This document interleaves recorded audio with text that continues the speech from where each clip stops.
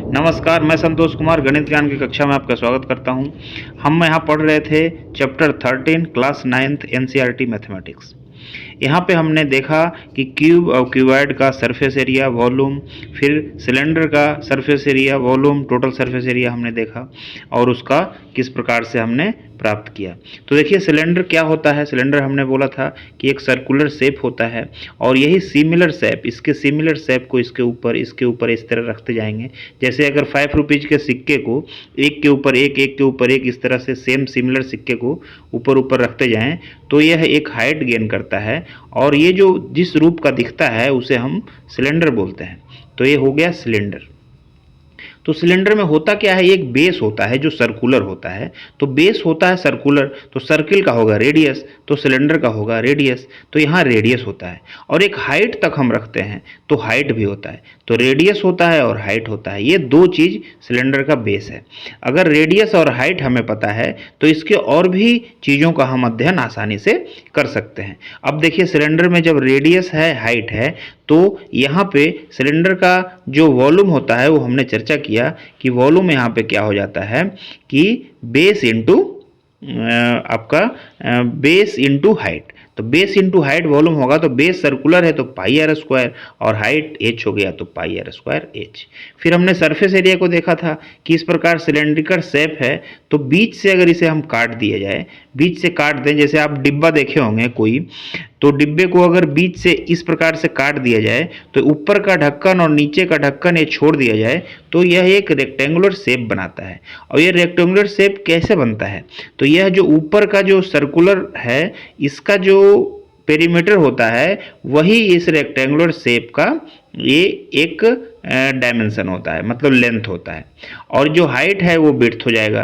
तो कुछ भी ये लेंथ विड्थ कुछ भी हम मान सकते हैं, इसको लेंथ इसको विड्थ मान लें, कोई दिक्कत नहीं है। तो इस प्रकार से लेंथ और विड्थ हमारा आ गया। तो इसका जो एरिया होगा वो क्या होगा, लेंथ इंटू विड्थ। और लेंथ हम बोल रहे हैं कि ये सर्कुलर जो शेप है हमारा उसका पेरीमीटर होता है, तो हो गया 2 पाई आर। अगर आर है सर्किल का रेडियस तो 2 पाई आर और इसको एच से गुना कर देंगे तो 2 पाई आर एच हो जाएगा।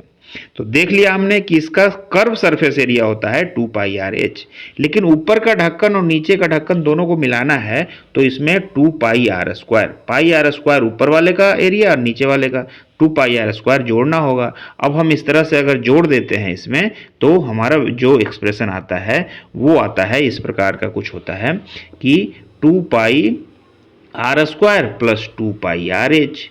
तो ये अगर 2 पाई आर कॉमन ले लेंगे तो आर प्लस एच, तो 2 pi r bracket r plus h. इस प्रकार से हमारा ये टोटल सरफेस एरिया का जो है एक्सप्रेशन आता है। हमने यहाँ देखा volume, curve surface area, total surface area of a cylinder. अब हम एक्सरसाइज 13.2 सोल्व करते हैं, जहाँ पे एज्यूम करना है कि पाई इज इक्वल टू 22/7। तो इस प्रकार से पाई का वैल्यू हमें लिखना है 22/7, ये एज्यूम करना है। वैसे तो पाई का वैल्यू 3.142 ये पूरा चलता जाता है, खत्म नहीं होता है। पाई का वैल्यू भी एक रहस्य है, लोग बहुत मेहनत किए हैं हमारे गणितज्ञों ने पाई के वैल्यू को लेकर के। अब देखिए यहाँ पे देखते हैं the curve surface area of a right circular cylinder of height 14 centimetre. यहाँ दिया हुआ है H is equal to 14 centimetre. देख लीजिए एच कितना दिया हुआ है, 14 सेंटीमीटर, एच 14। अब कर्व सरफेस एरिया इसका है 88 centimetre square. Curve surface area 88। अब क्या है, find the diameter of the base. तो कर्व सरफेस एरिया क्या होता है, कर्व सरफेस एरिया होता है 2 पाई आर एच। तो हमें निकालना है 2r।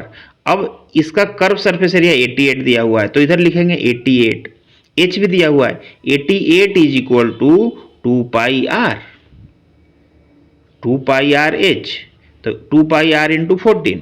अब देखिए हमारा जो एक्सप्रेशन है इस तरह से बन गया कि 88 is equal to 2 pi R into 14। देखिए curve surface area is equal to 2 pi are H. अब 2 आर निकालना है तो 2 आर को हम इधर छोड़ देंगे, डायमीटर निकालना है तो 88 डिवाइडेड बाई 14, 14 यहाँ हो जाएगा और यहाँ पे आ जाएगा पाई। अब पाई लेना है 22/7, तो हमारा देखिए ये हो गया डायमीटर 2r, ये आ गया 88 डिवाइडेड बाई 14 पाई। अब इसको हम सॉल्व करेंगे तो 88 डिवाइडेड बाई 14 पाई, तो ये क्या हो जाएगा 88 डिवाइडेड बाई 14 और यहाँ हो जाएगा 22/7, तो हो जाएगा 7 2 जा 22। अब ये हो जाएगा 4 से और ये हो जाएगा 2 से, तो हमारा आ गया डायमीटर 2 सेंटीमीटर। देखिए इस प्रकार हमने इसका डायमीटर सिलेंडर का निकाला। अब देखिए it required to make a close cylinder tank of height 1 metre.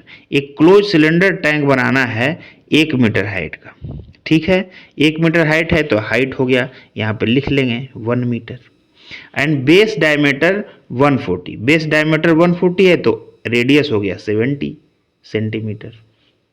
ये देखिए ये मीटर में है और ये सेंटीमीटर में है, ये यहाँ ध्यान रखना है।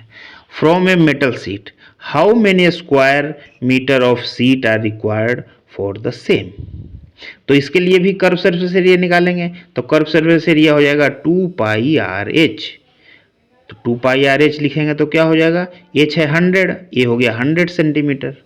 तो 2 पाई आर एच कितना होगा 2 इंटू पाई 22/7 इंटू आर कितना हो जाएगा, तो 70 इंटू 100, 70 से 10 मरतबा कट जाएगा, 1000 22 2 44,000 सेंटीमीटर स्क्वायर। इतने एरिया का आपको लगेगा। अब इसको मीटर स्क्वायर में अगर चेंज करना है तो आप 10,000 से भाग लगाइएगा। जैसे ही 10,000 से भाग लगाइएगा ये हो जाएगा 4.4 मीटर स्क्वायर। 10,000 से इसको भाग लगा देंगे, 1000 से 1000 कट जाएगा, ये हो जाएगा 10 44/10 तो 4.4 मीटर स्क्वायर। आप इतना कैलकुलेशन सीखिए। अब धीरे धीरे बनाते रहिएगा तो कैलकुलेशन आपका फास्ट हो जाएगा। तब तक हमने question number first and second को देखा और हमने सिलेंडर के वॉल्यूम, कर्व सरफेस एरिया और टोटल सरफेस एरिया को हमने यहाँ पे देखा है। तब अब हम आगे के वीडियो में क्वेश्चन नंबर थर्ड को देखेंगे। तब तक के लिए नमस्कार।